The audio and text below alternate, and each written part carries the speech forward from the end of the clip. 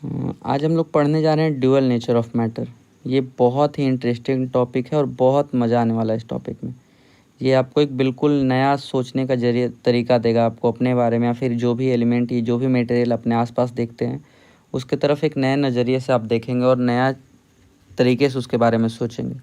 ये de Broglie का एक डी ब्रॉगली साइंटिस्ट थे, उन्होंने बेसिकली इसको स्टडी करके सब कुछ समझाया था कैसे होता है सब कुछ। तो सबसे पहले चलिए जनरल रिलेटिविटी का इक्वेशन लेते हैं, E = mc²। ये तो सबको पता होगा कि थ्योरी ऑफ रिलेटिविटी है, मास और एनर्जी को इस रिलेशन बताता है। और क्या हम लोग को पता है, एनर्जी का एक और फॉर्मूला होता है hc/λ। ये भी पढ़े हम लोग अभी पिछले कुछ लेक्चर के पहले ही हमने ये पढ़ा है। तो इसको हम लोग तीनों को इक्वेट कर सकते हैं, एनर्जी = mc² और एनर्जी = hc/λ। इन दोनों को हमने यहाँ पे इक्वेट कर दिया है। अब क्या है, यहाँ पे इलेक्ट्रोमैग्नेटिक रेडिएशन के लिए क्या होता है। इलेक्ट्रोमैग्नेटिक रेडिएशन के लिए हमने आपको पहले ही बताया, इलेक्ट्रोमैग्नेटिक रेडिएशन के लिए v और c क्या है, स्पीड ऑफ लाइट। तो जो वेलोसिटी ऑफ इलेक्ट्रोमैग्नेटिक रेडिएशन होता है वो स्पीड ऑफ लाइट के बराबर होता है। ये तो आपको पता ही होगा, लाइट के स्पीड से ही तो कोई इलेक्ट्रोमैग्नेटिक रेडिएशन ट्रेवल करता है ना।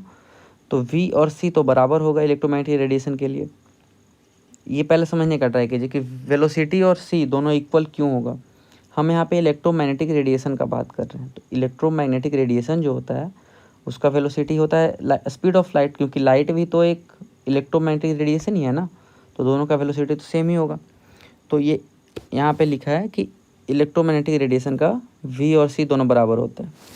अब चलिए यहाँ पे v को c से रिप्रेजेंट करते हैं, तो h/λ क्या हो जाएगा, m × c, mass into speed of light हो जाएगा h/λ। और इसी को हम मोमेंटम भी कह सकते हैं, momentum of electromagnetic radiation m × c = momentum.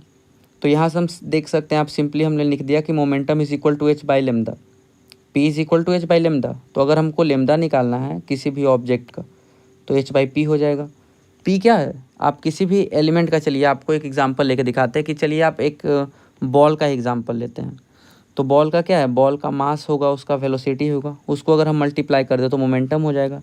तो अगर हमको सपोज़ आप उससे कोई बोल रहा है कि बॉल की कुछ वेलोसिटी, सपोज़ x मीटर/सेकेंड से कोई बॉल जा रहा है ऐसे करके, तो इसका वेवलेंथ कितना होगा, ये समझने का ट्राई कीजिए कि डुअल नेचर क्या कहता है।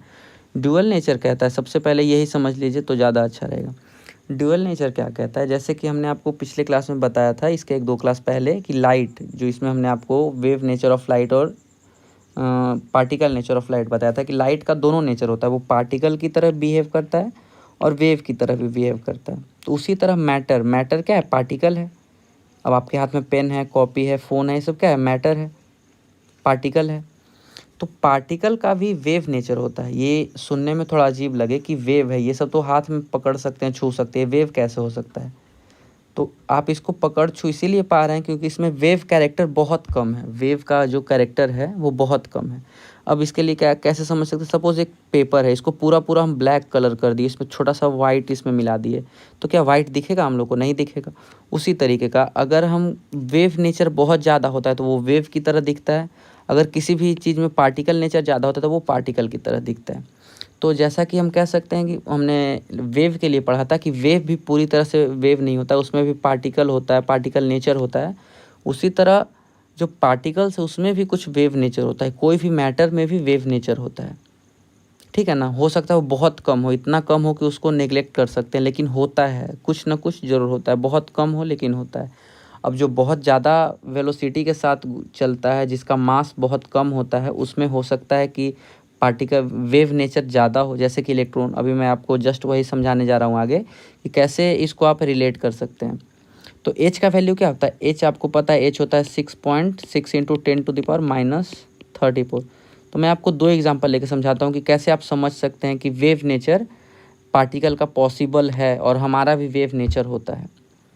तो लेमदा का वैल्यू यहाँ पे देखिए क्या होता है, h/p है। तो चलिए मैं आपको 2 एग्जांपल लेता हूँ। सबसे पहले एक बॉल का एग्जांपल लेते हैं। एक बॉल है, इसका मास कितना है, इसका मास सपोज हम मान लेते हैं 500 ग्राम्स है, 500 ग्राम्स है, या फिर 0.5 kg को कह सकते हैं। और इसका वेलोसिटी कितना है, v हो गया सपोज 20 मीटर/सेकेंड, ठीक है। तो इसका मोमेंटम कितना हो जाएगा, 10 kg/सेकेंड। अब हमको क्या पता करना है, इसका वेवलेंथ, इसका वेवलेंथ कितना होगा। वेवलेंथ क्या है, h/p, ये p हो गया, तो कितना हो जाएगा 6.6 इंटू 10⁻34 डिवाइडेड बाई 10। अब आप एक बार खुद इमेजिन कीजिए कि ये कितना कम है। ये कितना हो गया 6.6 इंटू 10⁻35। ये नेग्लिजिबल, लगभग जीरो है। लगभग क्या, इसको ज़ीरो ही मान सकते हैं, मतलब कि जो वेव नेचर बॉल का है वो बहुत कम है। लेकिन एक दूसरा एग्जांपल लेते हैं, चलिए आपके सामने। बॉल का क्या हुआ, वेव नेचर बहुत कम है, क्योंकि ये देख सकते हैं आप वेवलेंथ इसका इतना छोटा आया है कि वो पॉसिबल ही नहीं है मेज़र करना, या फिर उसको सोचना भी मूर्खता है, क्योंकि इतना छोटा है, इसको हम लोग फिज़िकली इसको कुछ कर ही नहीं सकते। अब एक दूसरा एग्जांपल लेते हैं इलेक्ट्रॉन का। ये हमारा इलेक्ट्रॉन है, इसका मास कितना होता है, इलेक्ट्रॉन का मास होता है 9.1 इंटू 10⁻31 kg।